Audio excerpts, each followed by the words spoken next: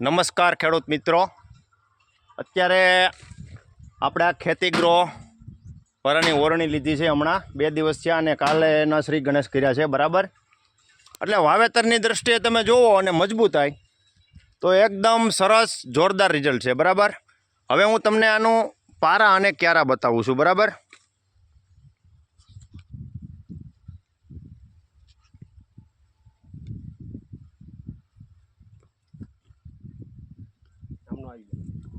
એક જ મિનિટ.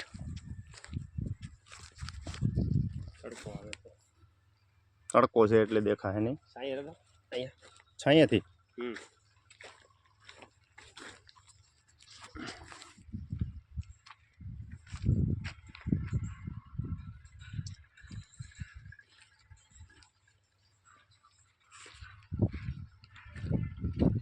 અને આ કંપનીએ જે બમ્ફર આવે પારા બંધણું એની મજબૂતાઈ પણ જે જરૂર છે એથી પણ વધારે આપેલી છે.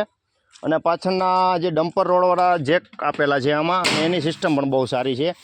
અને એક ખાસ એ વાત છે કે જે સ્ટીલ બોડીમાં છે એમાં જે તમે ઓર જેટલો મેન્ટેન કરો એ પ્રમાણે માલ આવે. માલ રોકાતો નથી. બિયારણ કોઈ પણ પ્રકારનું કે ખાતર હોય, બરાબર, તમે જે ધારો એટલું જ જાય છે આમાં.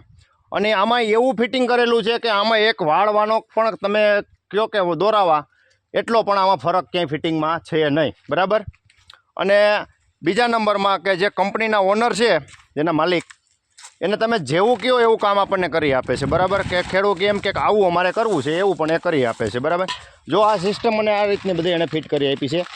આગળ એક ખમાર છે, છાટણિયું છે, પછી સાકર છે અને પાછો એક સમાર છે.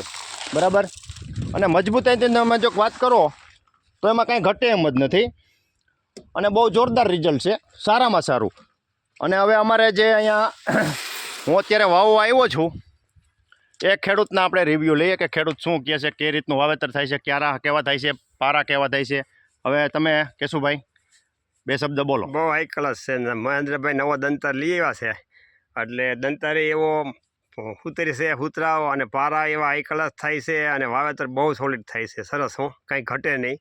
એને જૂના દંતર હતા એ બધા વેચી નાખ્યા અને નવો દંતર 70,000 રૂપિયાનો લઈ આવ્યા છે. 70 નહીં, એટલે આપણે 5 પાટલીને બધું ગણો ને, હા, એટલે 55 ને 60-62 જેવું થાય. 62,000નો દત્તાર એ લઈ આવ્યા છે. પણ કાંઈ જોવા પણ નંબરે મૂકો એમ એક જ ધારું વાવેતર, પારો એક ધારો, વાવેતર એક ધારું, અને હાઈ ક્લાસ કામ થાય છે. પારાના બિયારણની કેશુભાઈ, બિયારણની વરહણી કેવી છે? બિયારણની આપણે જેવી આમ હાઈથે કેમ વેરીએ એથી ની હરફ પણ થાય વાવેતર.